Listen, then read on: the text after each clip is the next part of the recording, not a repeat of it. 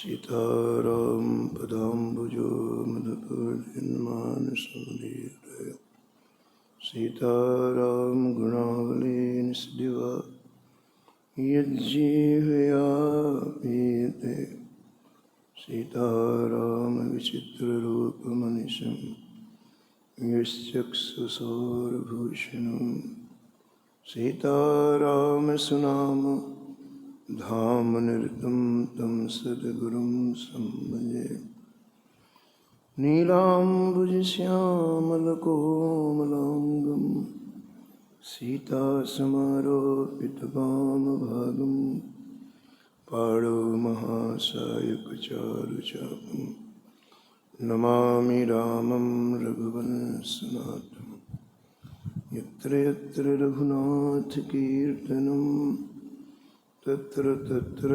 कृतमस्तकाञ्जलिं वाष्पवारि परिपूर्णलोचनं मारुतिं नमत राक्षसान्तकं वाञ्छाकल्पतरुभ्यश्च कृपासिन्धुभ्येव च पतितानां पावनेभ्यो श्रीवैष्णवेभ्यो नमो नमः। भक्ति भगवंत गुरु चतुर्नाम एक इनके पद वंदन किए नासत विघ्न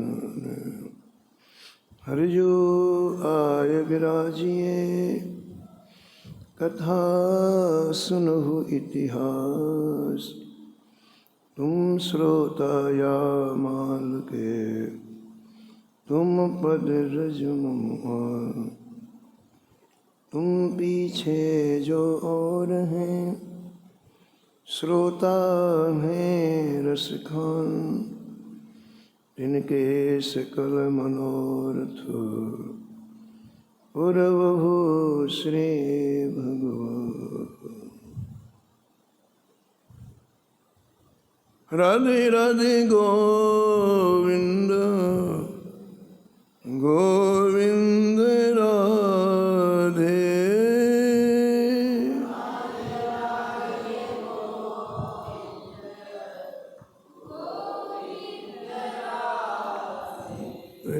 राधे राधे गोविंद गोविंद राधे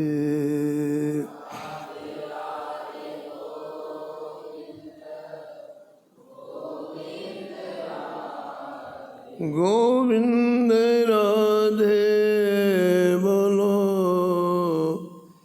गोपाल राधे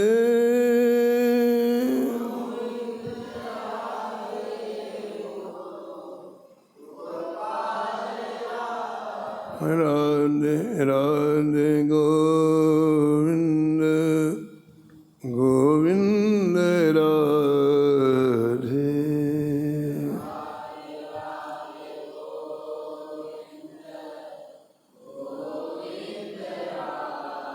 राधे राधे गोविंद गोविंद राधे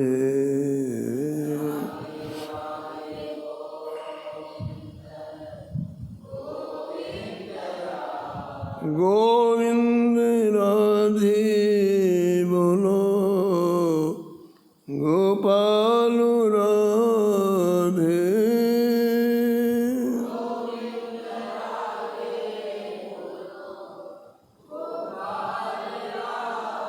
राधे राधे गोविंद गोविंद राधे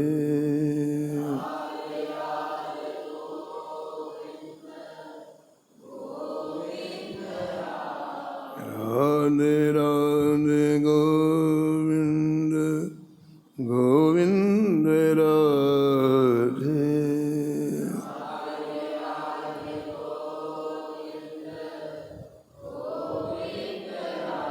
गोविंद राधे बोलो गोपाल राधे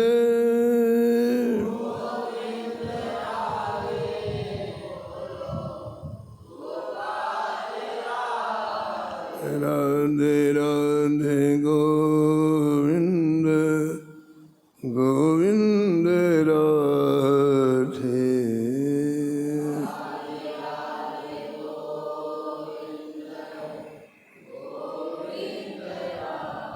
राधे राधे गोविंद गोविंद राधे।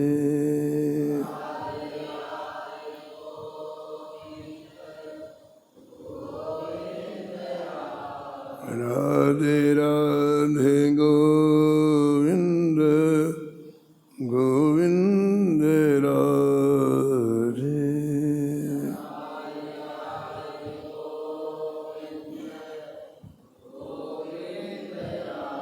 श्री जानकी वल्लभ लाल की, श्री मंगल मूर्ति हनुमान जी महाराज की, सपरिकर श्री भक्तमाल जी की, सब संत भगवान की, श्री स्वामी अग्रदास जी महाराज की, श्री नाभाजी महाराज की, श्री प्रियादास जी महाराज के, श्री वृंदावन धाम की, श्री बांके बिहारी लाल की, श्री राधा वल्लभ लाल की, श्री गिरिराज जी महाराज की, श्री यमुने महारानी की, श्री राम नाम महाराज की, श्री महाराज जी की जय जय श्री राम।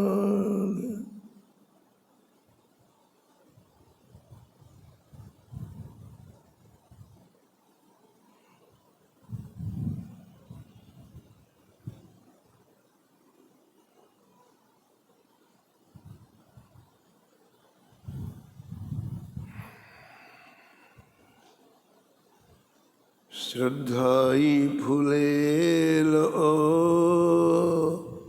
उपटनो श्रवण कथा। श्रद्धाई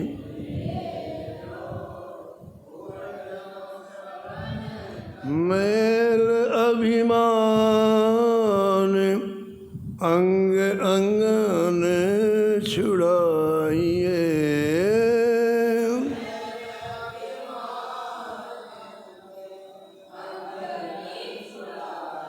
मनन सुनीर अनवाय अंगुछाय दया। मनन सुनीर नवनी बसन पन सौंधोले लगाइए।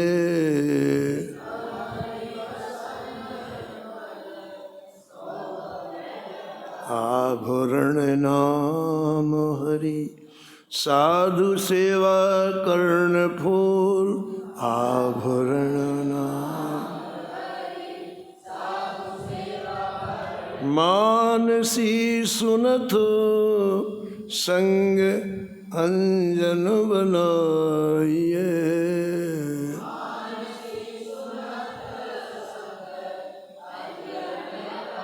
भक्ति महारानी को श्रृंगार चारु बीरी चाहे। भक्ति महारानी रहे जो निहार लहे लाल प्यारी गाइए।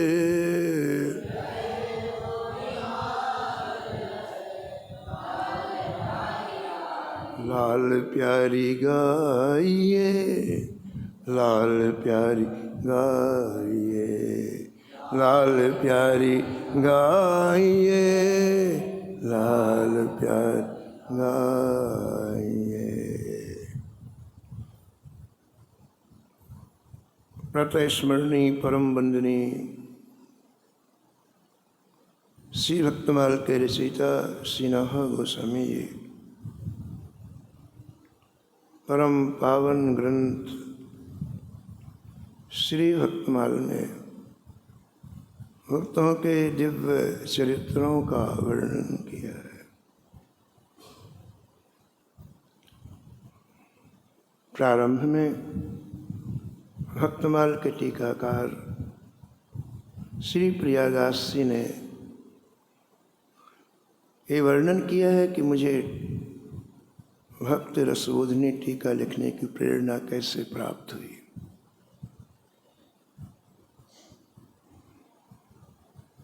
श्री नाभा जी की प्रेरणा से आपने भक्त रसबोधिनी टीका लिखी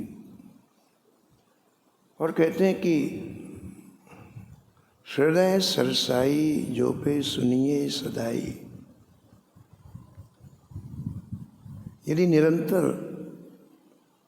श्री भक्तमाल टीका के साथ श्रवण किया जाए तो हृदय सरस हो जाएगा, हृदय सरसाई।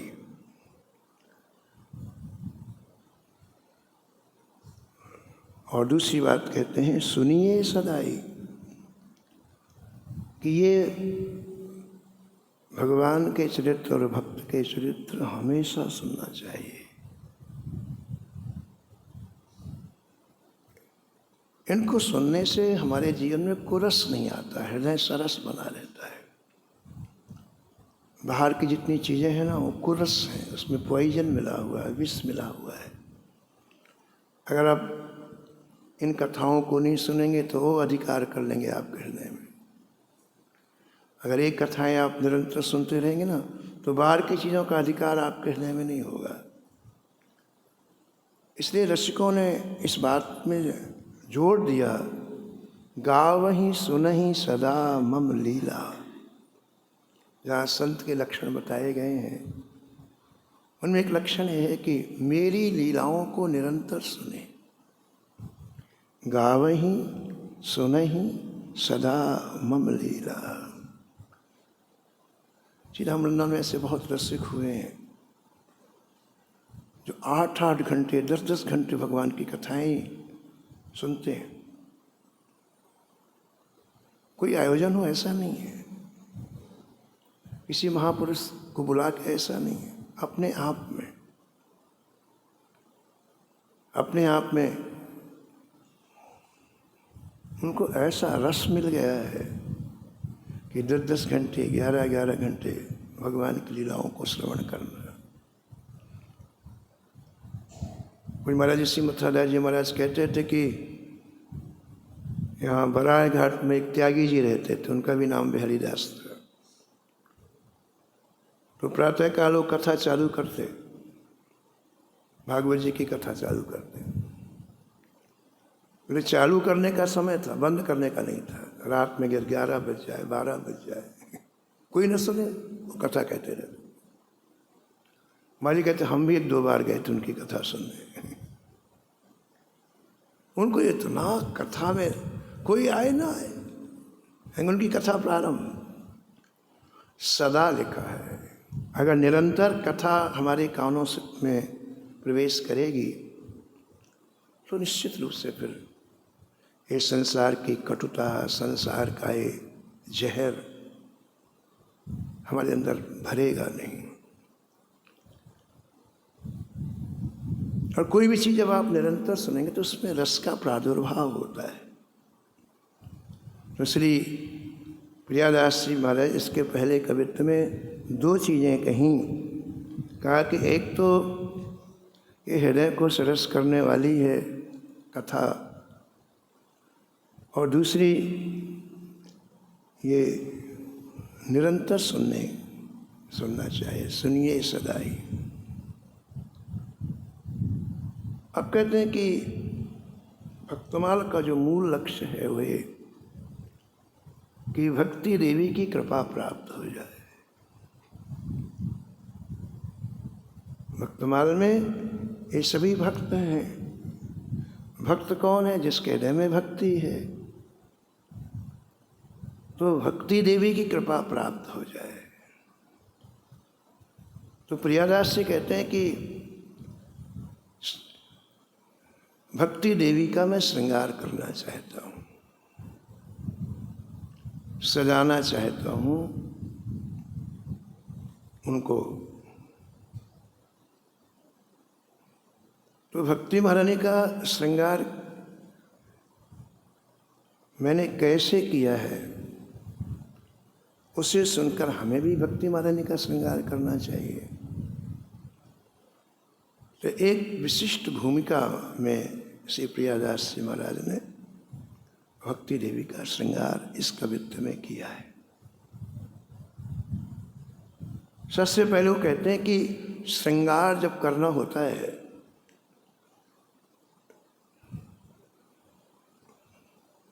तो दो चीज़ें स्नान के पहले आवश्यक होती हैं।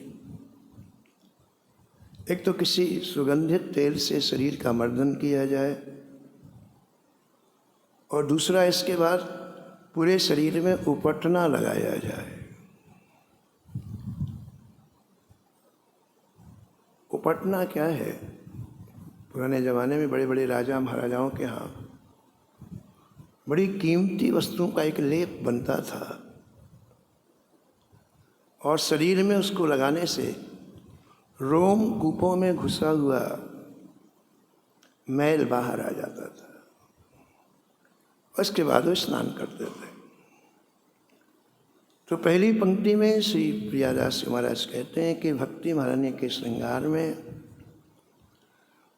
फुलेल की आवश्यकता है, सुगंधित तेल की आवश्यकता है, जिससे भक्ति महारानी के शरीर की मालिश करनी है।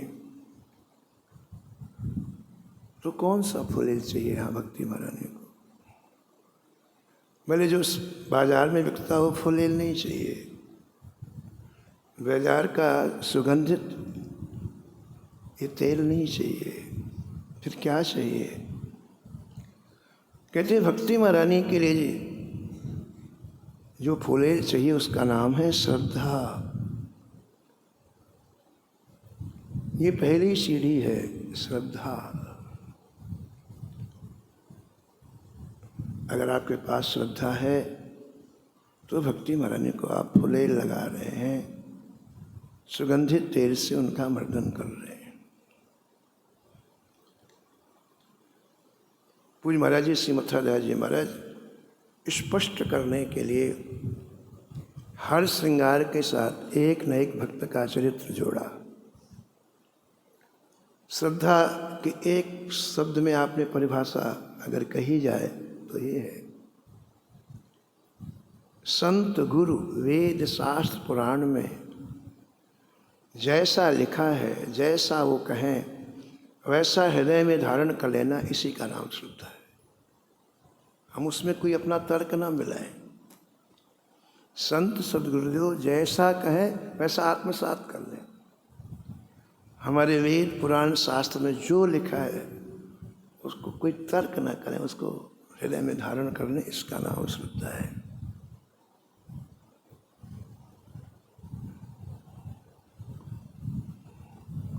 तो महाराज एक एक चरित्र सुनाए हैं, एक एक श्रृंगार में।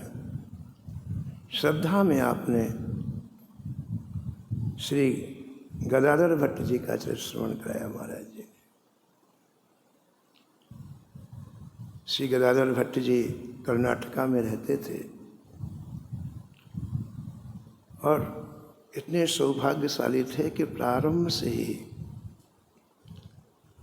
पदों की रचना प्रारंभ कर दिया। छोटी आयु से 7-8 वर्ष की आयु से पदों की रचना इन्होंने प्रारंभ कर दी।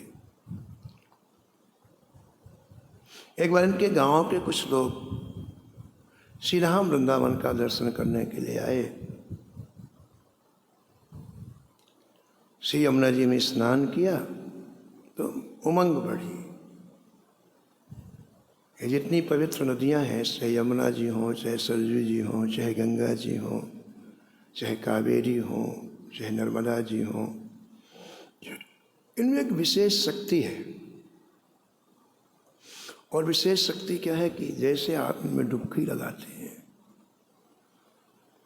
तो भक्ति को रोकने वाले जो तत्व हैं उनको एक खींच लेती है। भक्ति के प्रवाह में जो अवरुद्ध करने वाले तत्व हैं उनको ये पवित्र नदियाँ जैसी आप इसमें स्नान करते हैं वो खींच लेती, और इसलिए मन प्रसन्न हो जाता है। इनमें स्नान करते ही मन क्यों प्रसन्न होता है? क्योंकि जितनी प्रतिकूलताएं हैं भक्ति की उसको ये खींच लेती है। और इसी कारण पहले के ज़माने में जितने बड़े बड़े संत होते थे वो उन पवित्र नदियों के किनारे ही भजन करते थे। उस समय तुलसीदास जी के गुरुदेव श्री नरहरिदास जी को भगवान शंकर का जब दर्शन हुआ तो मंदाकिनी के किनारे गुफा में वो भजन कर रहे थे। आज भी गंगा जी के किनारे हजारों गुफाएं हैं, हजारों। उसका कारण ये था भजन में थोड़ा विक्षेप आए सीधे गंगा जी में डुबकी लगा देते। हमारे वृंदावन में बाल भक्त ओम प्रकाश जी का चरित्र आया है, जो अहरनिश भगवान का नाम यमुना जी के तट पर किया। अहरनिश 70 दिन तक एक क्षण के लिए उनका नाम विश्राम को प्राप्त नहीं हुआ। तो शरीर तो शरीर है ना, तो जब कभी थोड़ी निद्रा आए या ऐसा लगे कि भजन में विक्षेप हो रहा, सीधे यमुना जी में छलांग लगा देते, स्नान करके आते, फिर तरोताजा हो जाते, फिर भजन करने लगते। ऐसे एक दिन में कभी कभी 10-10 बार स्नान करते आप। तो भक्ति के बाधक तत्वों को ये पवित्र नदियां खींचती हैं। तो कर्नाटका से जो व्यक्ति आए, यमुना जी में स्नान किया, तो स्नान करते हृदय प्रफुल्लित हो गया। वो बाहर निकले तो इतनी खुशी हुई, उनको कुछ गाने की इच्छा हुई। व्यक्ति का हृदय प्रफुल्लित तो गाता है। तो गाते हुए उस मार्ग में चलने लग गए। अब वृंदावन का दर्शन करना है तो यमुना जी से निकले और गाते हुए चलने लग गए। व्यक्ति क्या गाएगा? जो याद होगा वही तो गाएगा। अरे जो याद होगा वही तो गाएगा। तो कर्नाटका में श्री गदाधर भट्ट जी के यहाँ नित्य प्रति लोग पद सुनने के लिए आते थे। तो इन लोगों ने भी 1-2 उनके पद याद कर लिए थे। तो आज जब उमंग आई तो इन्हीं की पंक्तियों को गाना चालू किया। सखी हो श्याम रंग रंगी, सखी हो श्याम रंग, देख बिकाए गई वह सूरत, देख बिकाए मूरत माहपदी, मूरत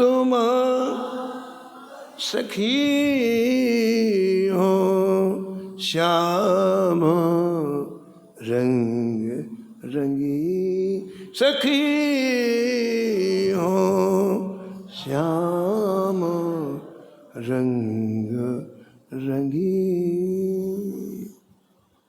मस्ती में गाते हुए जा रहे थे और ठीक यमुना जी के समीप में श्री जीव गोस्वामी जी की कुटिया थी, बिल्कुल समीप। वो भजन में, सुबह का समय था, भजन में लगे हुए थे। लेकिन ये पंक्ति कान में पड़ते ही उनकी माला छूट गई। ये कौन सी सखी है जो श्याम रंग में रंगी हुई है? इसका दर्शन करना चाहिए। तो माला छोड़ करके, आसन छोड़ करके कुटिया खोल के बाहर आए। वही तो गाते हुए जा रहे थे। तो श्री जीव गोस्वामी जी ने आवाज, ए भैया रुको रुको रुको रुको, इधर आना। ये जो तुम गा रहे हो ये तुम्हारी स्वयं की रचना है? अरे नहीं महाराज, हम तो अत्यंत अनपढ़ हैं। फिर किसकी रचना है? महाराज हमारे गांव में एक श्री गदाधर भट्ट जी रहते हैं, ये उनकी रचना है। ऐसे बहुत से पदों की रचना उन्होंने की।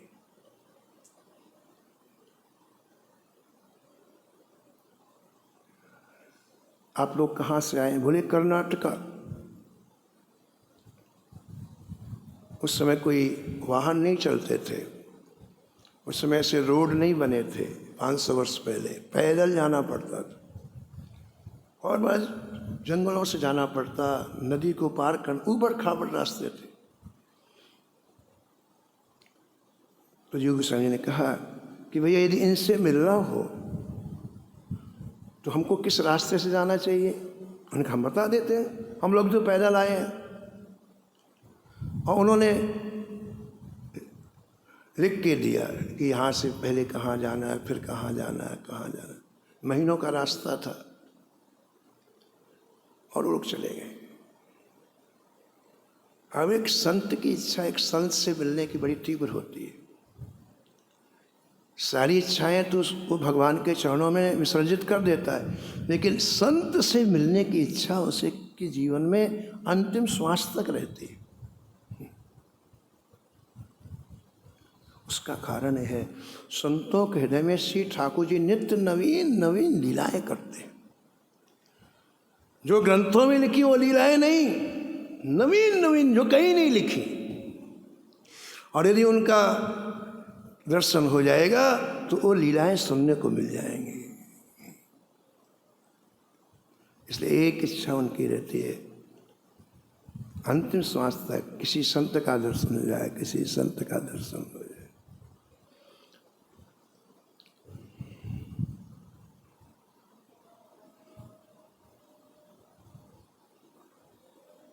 तो अपने सेवकों को बुलाया। श्री जीव गोस्वामी ने कहा देखो, में से 2 लोगों को कर्नाटका जाना है। बोले आज्ञा करें, हम लोग चले जाएंगे।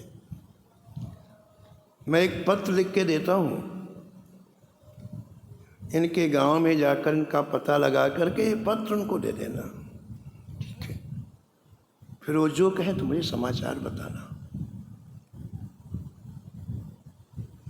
जीव गोस्वामी ने एक पत्र लिखा और उस पत्र में उन्होंने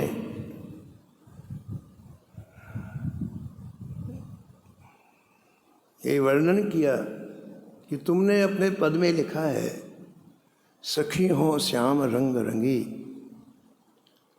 तो हमें पूछना चाहते हैं कि श्याम रंग में तुम कैसे रंग गई? हमें पूछना चाहते हैं कि श्याम रंग में आप कैसे रंग गई?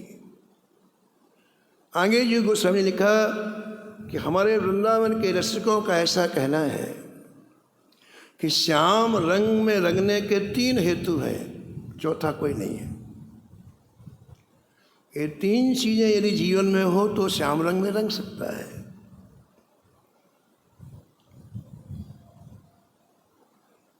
उनमें सबसे पहली चीज बताई कि जिसकी राधा रानी के चरणों में दृढ़ निष्ठा हो वो श्याम रंग में रंग जाएगा।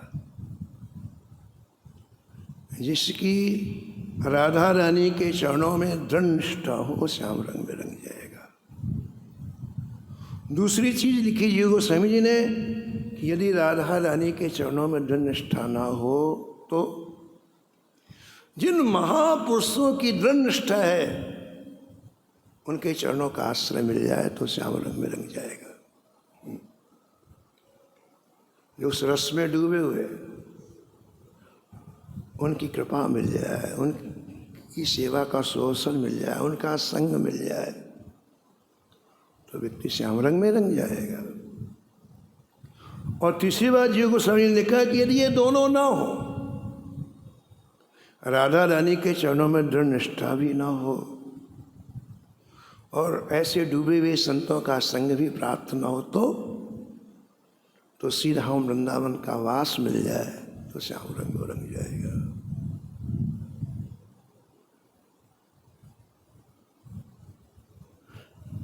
जो गोस्वामी ने कहा कि मैं पूछना चाहता हूं कि आप श्याम रंग में कैसे लगे? आप तो वृंदावन से हजारों मील दूर हो, कहाँ कर्नाटका, कहाँ वृंदावन।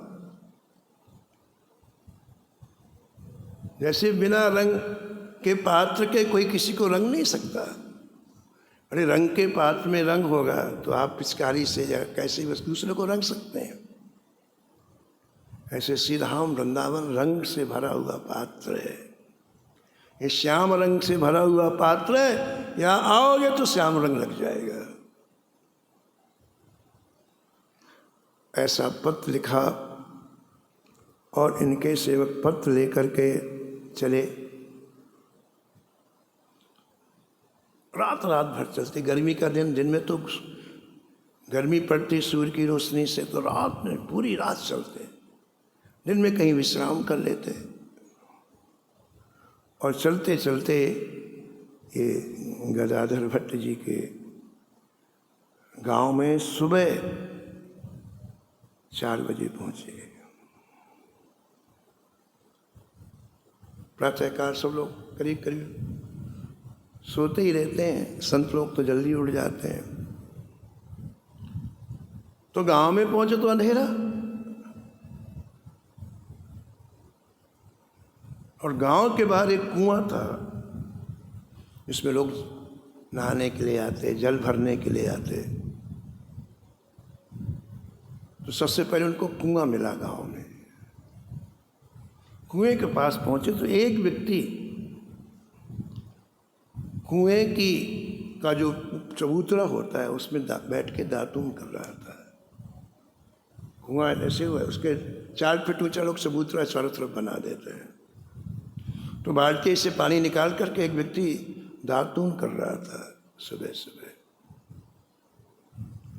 तो वृंदावन से गए हुए उन दोनों संतों ने विचार किया कि हम गांव में बिना पूछे तो पता लगेगा नहीं कि गदाधर भट्ट जी कहाँ रहते हैं। तो ये महानुभाव मिल गए हैं, इनसे पूछ लेते हैं कि गदाधर भट्ट जी कहाँ रहते हैं। तो उन्हें हाथ जोड़कर कहा, महाराज इस गांव में गदाधर भट्ट जी कहाँ रहते हैं?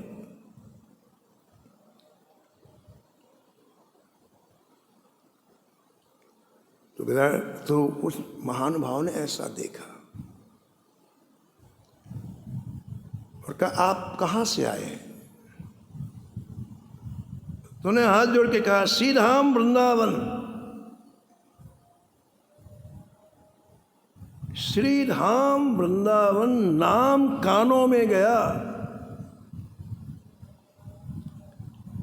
और इतनी श्रद्धा श्री धाम वृंदावन में श्री इन महानुभाव की कि मन से श्री धाम वृंदावन पहुंच गए। शरीर चेतनाहीन हो गया, गिर पड़ा, नीचे गिर पड़े, चबूतरे में बैठे नीचे गिर पड़े, बेहोश हो गए। अब आगंतुकों को बड़ा आश्चर्य हुआ कि क्या हो गया इनको भाई। इन्होंने हमसे पूछा कहाँ से आए, हमने श्री धाम वृंदावन का। मुझे अब उनको समझ में नहीं आए। तो खड़े रहे। थोड़ी देर के बाद 10-5 लोग स्नान करने के लिए आ गए। उनसे पूछा उन वृंदावन के संतों ने कि भैया ये कौन से महानुभाव हैं, इनका क्या नाम है? हमने पूछा इनसे कि गदाधर भट्ट जी का मकान कहाँ है। इन्होंने पूछा कहाँ से आए हो? हमने कहा श्री धाम वृंदावन। और गिर पड़े मूर्छित होके, है कौन? गांव वालों ने कहा इन्हीं का नाम गदाधर भट्ट है। तो इतने प्रसन्न रहे वो संत जो वृंदावन से गए, वो जैसे सुना था वैसे पाया। जो श्याम रंग में रंगे रहते हैं उनके कान में श्याम सुंदर का नाम चला जाए, श्री धाम वृंदावन का नाम चला जाए, तो 8-8 घंटे तक वो मूर्छित हो जाते हैं, बेहोश हो जाओ। गंभीरा में श्री गौरांग महाप्रभु जी एक बार श्री कृष्ण कहते और ऐसे तड़पते जैसे बिना पानी के मछली तड़पती है। एक एक अंग ढीला हो जाता महाप्रभु जी का। कृष्ण कहते ही कृष्ण का विरह व्याप्त हो जाता। न खाने की सुध, न पीने की सुध, न आराम करने की सुध। एक एक हड्डी दुखती महाप्रभु जी की, एक एक जोड़ दुखता। ये प्रेमियों का लक्षण है।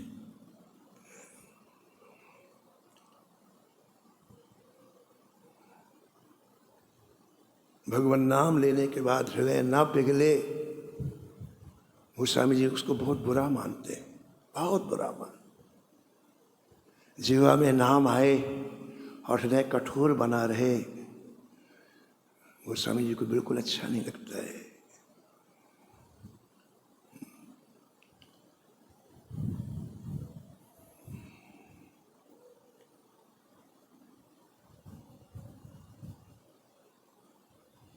द्रवहि स्रवहि पुल कहीं नहीं, तुलसी सुमिरत राम।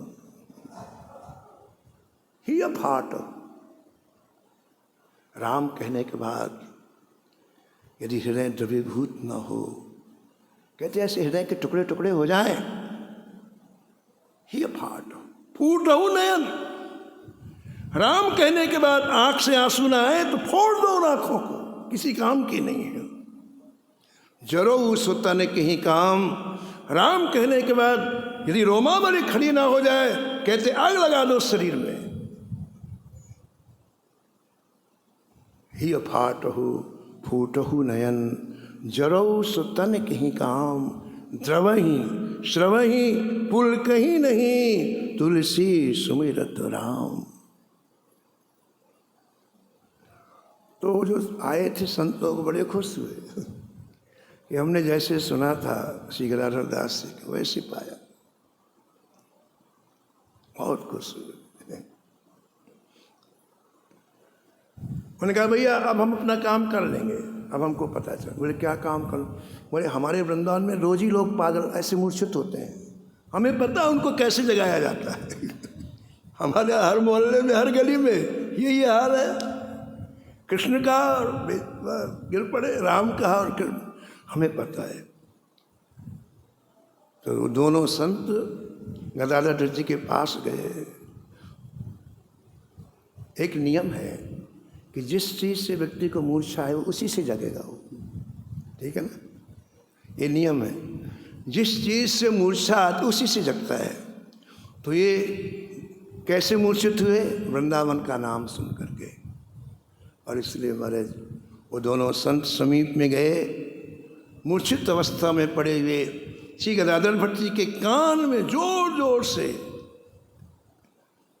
उच्चारण करने लगे, जय जय श्यामा जय जय श्याम, जय जय श्री वृंदावन धाम।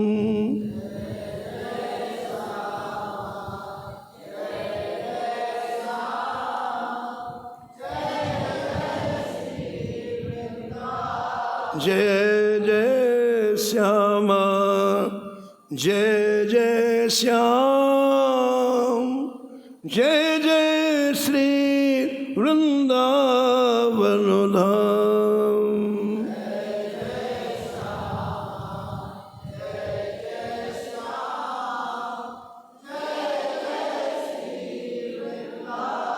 जोर जोर से जय वृंदावन जय वृंदावन जय वृंदावन। जैसे कान के पास शहर उठ के बैठ गया। अब आश्चर्य की बात सुनो आप, कैसे वृंदावन में इनकी श्रद्धा।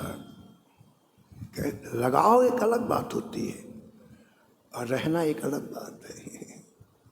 अगर आपका लगाव नहीं होगा ना तो वृंदावन में परपंच बताओगे, उठ पटांग का काम करोगे, यहाँ वहाँ की बातें करोगे। लगाव अलग बात, रहना अलग बात है। और लगाव होगा ना तो कहीं आग लगे, कोई कुछ करे, हमें क्या देना, अपने अपने काम से का। उसको उसको उसको फुर्सत ही नहीं, अवकाश ही नहीं है कि किसी तरफ आँख उठा के देखे। वो अपने रस में डूबा रहता है। तो कैसी श्रद्धा गदाधर भट्ट जी की, जब होश में आए तो सीधे वृंदावन चल पड़े।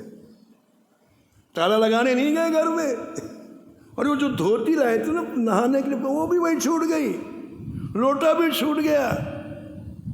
और जैसे थे वैसे श्री वृंदावन जय वृंदावन, श्री वृंदावन जय वृंदावन करते करते करते श्री राम वृंदावन आ गए।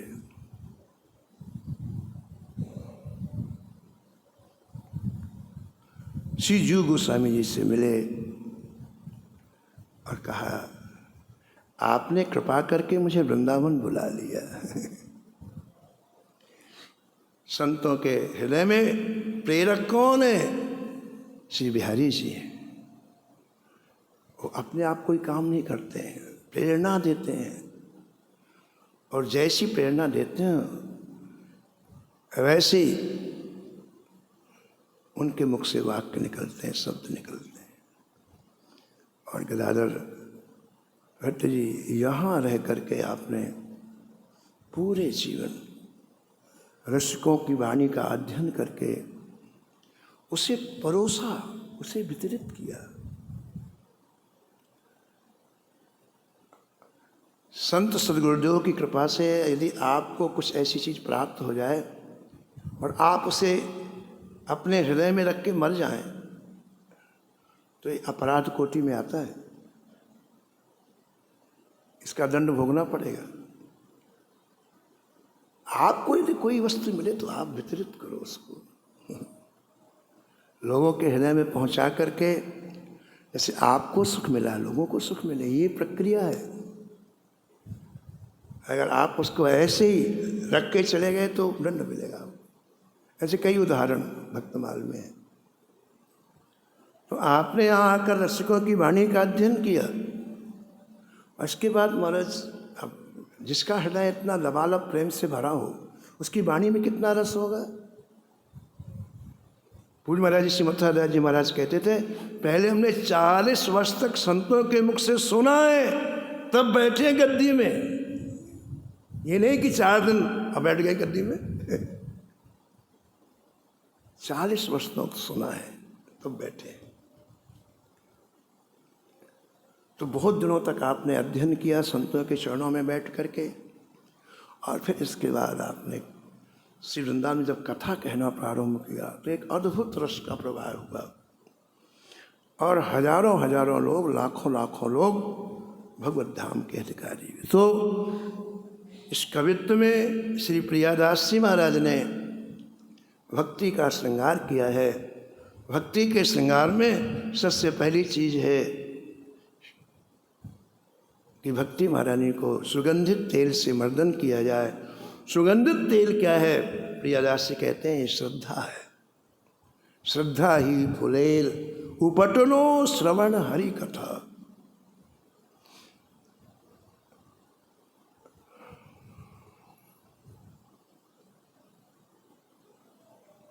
अब सबसे बड़ी बीमारी क्या है?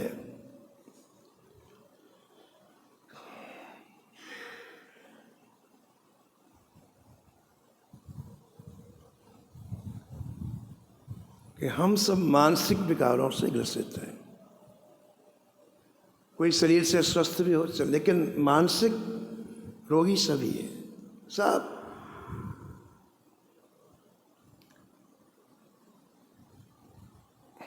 और इन मानसिक विकारों को उत्पन्न करने वाला अहंकार है।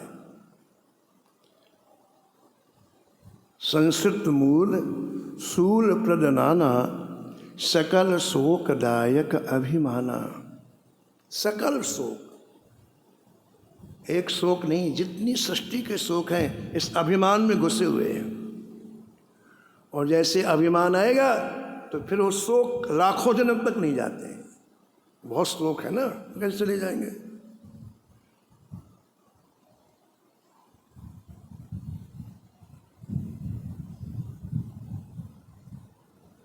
कियो करायो सब गयो जब आयो अभिमान।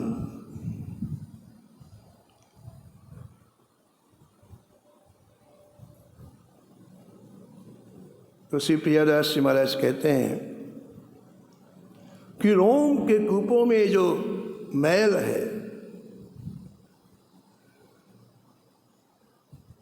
ये उपटना लगाने से दूर होता है। बाहर होता तो आप छोटा रोम कूपों में अंदर घुसा हुआ है। तो उपटना एक विशेष प्रकार की सामग्री, एक विशेष प्रकार का लेप लगाने से और रोम कूपों से मैल निकल जाता है। ऐसे ही ये जो सकल सुखों का अभिमान है, ये कैसे जाता है? श्रवण कथा। भक्ति महारानी का उपटना क्या है? वो लेप नहीं है, भगवान की भक्तों की मंगलमयी कथा है। अगर ये सुनते रहेंगे तो हम मानसिक रोगों से मुक्त हो जाएंगे। और कोई विकल्प नहीं, और कोई अवसर ही नहीं है।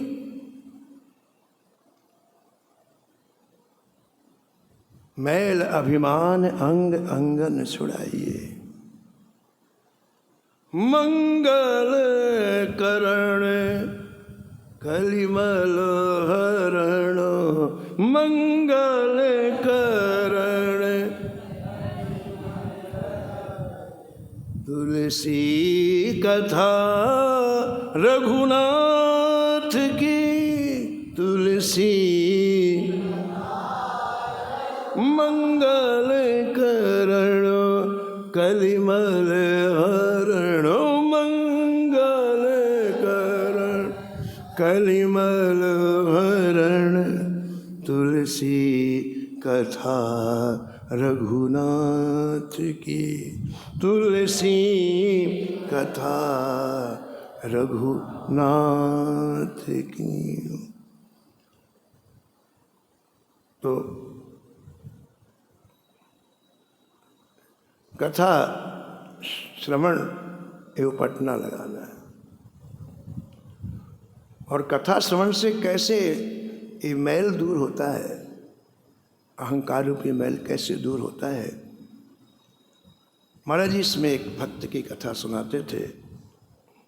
उनका नाम था श्री जयदेव जी महाराज, गीत गोविंद के रचनाकार श्री जयदेव जी महाराज। वो कथा आप आगे श्रवण करेंगे।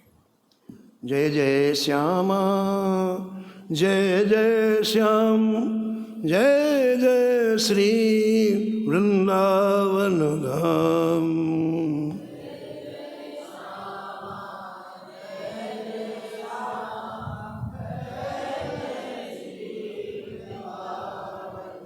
नमो नमो श्री भक्त सुमाल, जाके सुनत महात्मुना सत, उरे झलकत राधानंद लाल।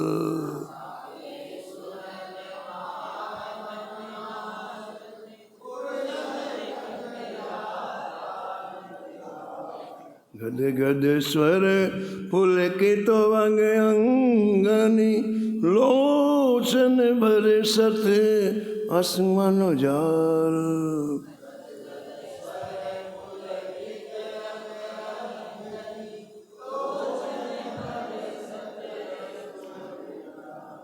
उतर जात अभिमान ब्याल विष, लेत जीवाय सुरस तेहि काल।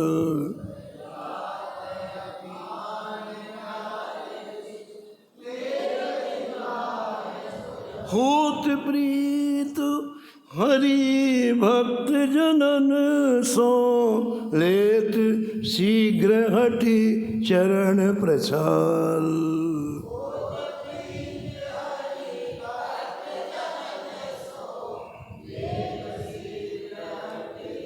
तजत कुसंग लेत सत्संगति, भागो जगत को अद्भुत भाल।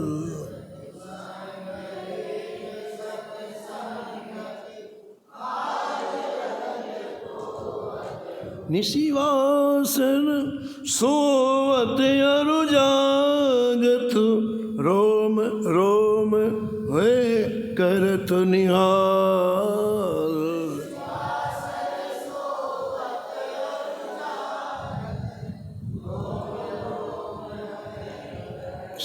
अग्र नारायण दास प्रिया प्रिय श्री अग्र नारायण प्रगटी जीवन रसिक रसाल नमो नमो श्री भक्त सुमाल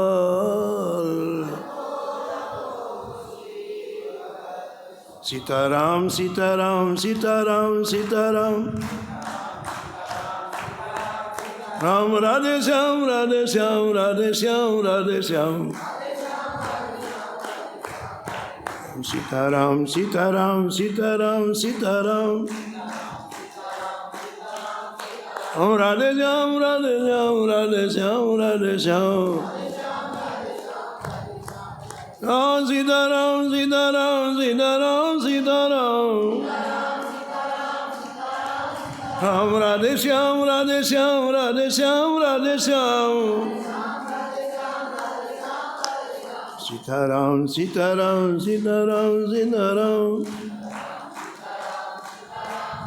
राम राधे श्याम राधे श्याम राधे श्याम राधे श्याम